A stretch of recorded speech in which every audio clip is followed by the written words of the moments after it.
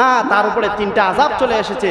আর এই আযাবের সূচনা আমরা দেখেছি, যে ব্যক্তি আবু সাঈদকে শহীদ করেছে তার স্ত্রী তাকে তালাক দিয়েছে। বলেন আলহামদুলিল্লাহ। অনেক ভালো একটা কাজ করেছে, এমন একটা নাফরমানের জন্য এমন একটা শাস্তি, দুনিয়ার শাস্তি শুরু হয়ে গেছে। এভাবে আল্লাহ তাআলার এই আয়াত দ্বারা প্রমাণিত হয় সে কোনোদিন আর শান্তি খুঁজে পাবে না।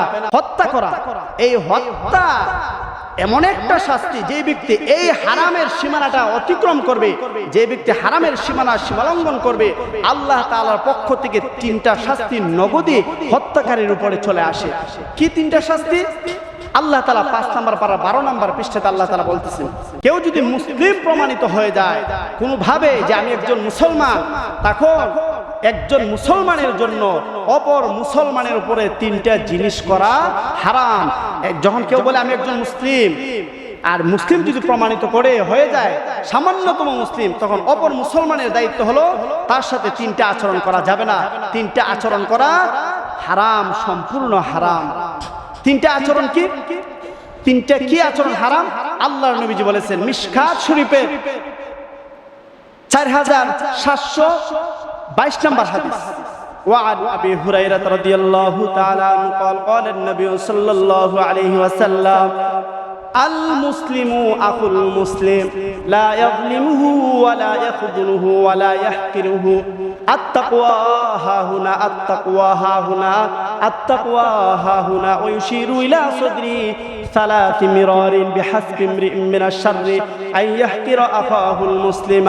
নবীজি বলেছেন কোন মুসলমান যদি মুসলমান হিসেবে সাব্যস্ত হয়, প্রমাণিত হয়ে যায় সে একজন মুসলমান, সামান্যতম মুসলমান যদি সে প্রমাণিত হয়ে যায়, তাহলে তোমরা তাকে অমুসলিম ঘোষণা করিও না। একথা বলিও না যে তার ঈমান নাই, তার তাকওয়া নাই, তার আমল নাই, তার তাকওয়া কম, তার পরহেজগারি কম, তার আমল কম।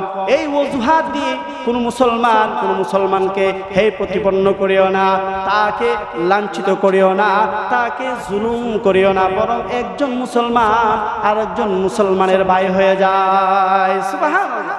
তাহলে আল্লাহ নবীজি বলেছেন যে তুমি একথা বলিও না যে তার ঈমান নাই, তুমি একথা বলিও না যে তার তাকওয়া নাই, একথা বলে তাকে তুমি হেয় করিও না, তাকে তার উপরে তুমি জুলুম করিও না। নবীজি 3 বার ইশারা দিয়ে বলেছেন তাকওয়া অন্তরে থাকে, তুমি জানো না সে হয়তো তোমার চেয়ে আল্লাহ তাআলার কাছে আরো প্রিয় একজন ব্যক্তি, তার ঈমান তোমার চেয়ে আরো বেশি শক্তিশালী, তার তাকওয়া আল্লাহ তাআলার কাছে আরো বেশি শক্তিশালী। আমরা তো দেখেছি আমাদের বর্তমান সময়ে যে নাজুক সময় চলতেছে, সরকার যদি কোনো জুলুম করে তখন আল্লাহ তাআলার পক্ষ থেকে নির্দেশ আছে, যখন কোনো মানুষ সে তার সুবিধা থেকে বঞ্চিত হয়, কোন সরকার যদি তার উপরে জুলুম করে, কোনো নেতা যদি জুলুম করে, তখন তার বিরুদ্ধে যুদ্ধ ঘোষণা করা, এবং যুদ্ধ ঘোষণা করে যদি সে শহীদ হয় তাহলে সে শহীদের মর্যাদা পায়। আজকে আমাদের রাজপথে আমাদের লড়াকু সৈনিক ভাইয়েরা রাজপথে যখন নড়তে আসছে, তখন আমাদের সেনাবাহিনী ভাইয়েরা, তারপরে আইন শৃঙ্খলা বাহিনী ভাইয়েরা, পুলিশ ভাইয়েরা, তারা মনে করে যে সরকারের বিরুদ্ধে আসছে, তাদের ঈমান নাই, তাদের তাকওয়া নাই, তারা মুসলমানই নয়, এই জন্য পাখির মতো গুলি করে করে যুবকদেরকে শহীদ করে দিচ্ছে। বলেন নাউজুবিল্লাহ। নবীজি বলছেন না, তুমি তাকে, তার ভিতরের খবর তুমি জানো না, সে আল্লাহর কাছে প্রিয় একজন বান্দা হতে পারে, তুমি তাকে হত্যা করতে পারো না, তাকে জুলুম করতে পারো না। এক একটা ভাইকে শহীদ করা মানে একটা মায়ের বুক খালি করে দেওয়া, বাপের স্বপ্নকে ভ্রষ্ট করে দেওয়া, নষ্ট করে দেওয়া, ছোট ছোট ভাই বোন যার উপর নির্ভরশীল তাদের সব আশা বঞ্চিত করে দেওয়া। তাহলে আমরা নিজেদেরকে অনেক পাওয়ারশীল মনে করি, দায়িত্বশীল মনে করি, আর যারা রাজপথে নিজেদের দাবি আদায়ের জন্য আসে তাদেরকে মুসলমানই মনে করি না, তাদেরকে মানুষই মনে করি না, তাদেরকে গুলি করে করে তাদেরকে পশুর মতো আমরা লাশ করে ফেলে দিচ্ছি। এমন দৃশ্য আমরা দেখেছি যে তার মাথা দিয়ে, যারা দেখেছে তারা সহ্য করতে পারে না, তার মাথা দিয়ে একটা হাত প্রবেশ করবে, এত ছিদ্র হয়ে গেছে ছেলেটার ভিতরে, মাথা দিয়ে ছিদ্র হয়ে গেছে, মগজ দেখা যায় না, শুধু শূন্য দেখা যায়, খালি দেখা যায়।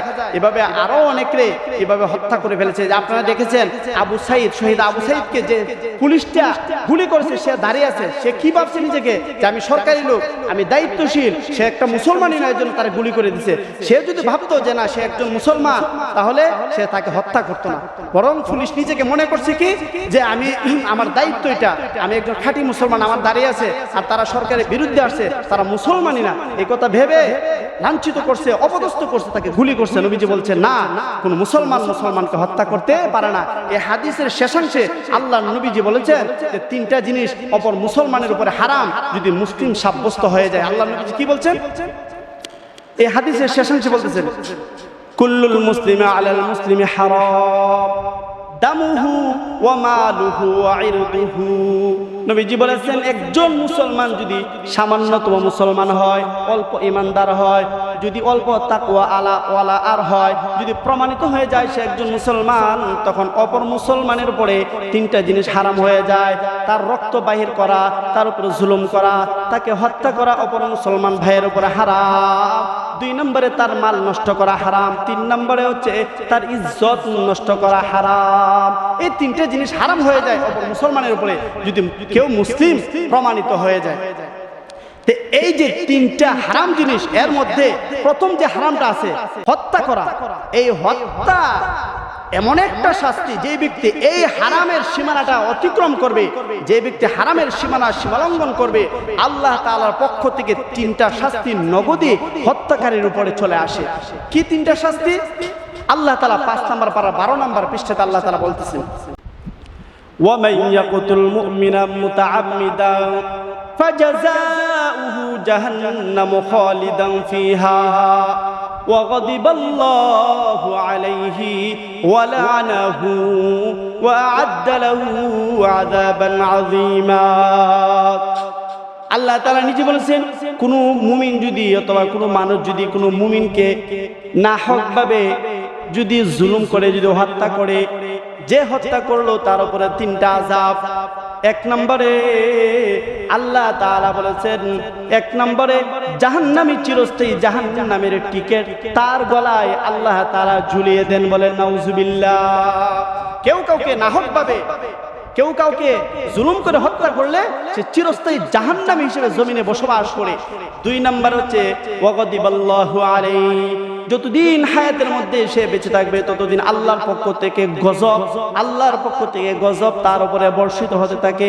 3 নম্বরে ওয়ালানাহু, আল্লাহ তাআলার পক্ষ থেকে লানত তার উপরে আসতে থাকে, লানত আসতে থাকে, অভিশাপ আসতে থাকে, অসন্তুষ্টি আসতে থাকে, পেরেশানি আসতে থাকে। তো 3টা আযাব হত্যাকারীর উপরে ঝুলন্ত থাকে যতদিন সে হায়াতের মধ্যে আছে।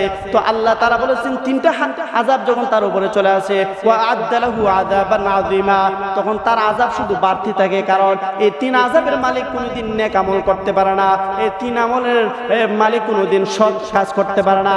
তার দ্বারা শুধু জুলুমই হবে, আত্মসাৎ হবে, তার দ্বারা আত্মসাৎ হবে, তার দ্বারা জুলুম হবে, নির্যাতন হবে, তার দ্বারা আরো হত্যা হবে, আরো খারাপ কাজ তার দ্বারা হবে, ভালো কাজ তার দ্বারা আশা করা যায় না।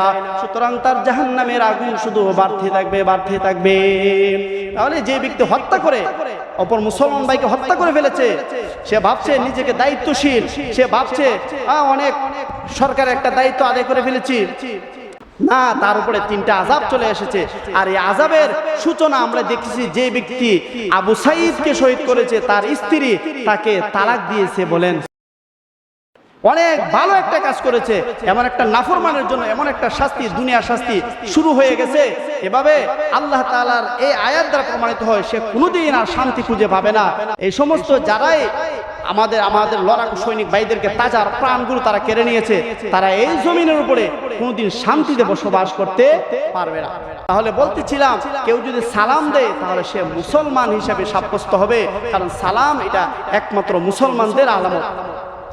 আরো একটা হাদিস বলে ফেলি, যদি কখন কোনো মানুষ মুসলিম হিসেবে প্রমাণিত হয়ে যায়, তখন তার উপরে অন্য মুসলমানের জন্য তার উপরে 3টা কাজ করা হারাম। বরং এই 3টা কাজ না করে, যা আমি বলেছি, হত্যা করা, তার মাল নষ্ট করা, তার ইজ্জত নষ্ট করা, এই 3টি কাজ না করে তার বিপরীত 3টি কাজ আছে।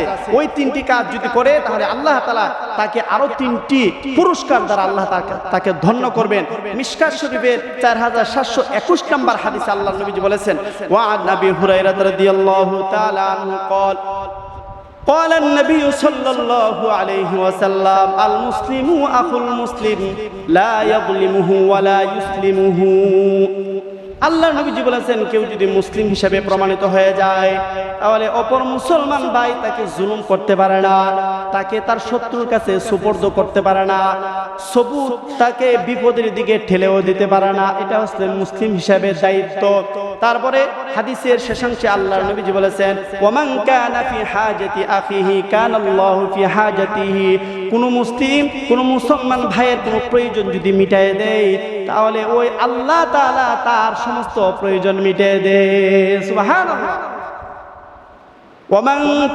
ওয়ামান ফাররাজা আম মুসলিমিন কুরবাতান ফাররাজাল্লাহু আনহু কুরবাতাম মিন কুরবাতি ইয়াউমিল কিয়ামাহ। নবীজি বলেছেন, কোন মুসলমান থেকে যদি কেউ বিপদ সরিয়ে দেয়, দুঃখ সরিয়ে দেয়, মুসিবত সরিয়ে দেয়, তাহলে যে সরিয়ে দিল হাসরের ময়দানে কঠিন মুসিবতে আল্লাহ তাআলা আলহামদুলিল্লাহ তারা সরিয়ে দিবেন। সুবহানাল্লাহ।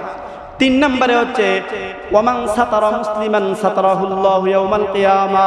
জমিনের উপরে যদি কোন মুসলমানের ইজ্জত রক্ষা করে, সম্মান রক্ষা করে, তার অসম্মানের কথা কারো কাছে প্রকাশ করে না, তার লজ্জার কথা কারো কাছে প্রকাশ করে না, তার কাছে মানুষ নিরাপদ, সে কাউকে অপমানও করে না, যদি তার সম্মান যদি কেউ রক্ষা করে হাসরের ময়দানে আল্লাহ তাআলা ওই ব্যক্তির সম্মান আল্লাহ তাআলা রক্ষা করবেন। সুবহানাল্লাহ।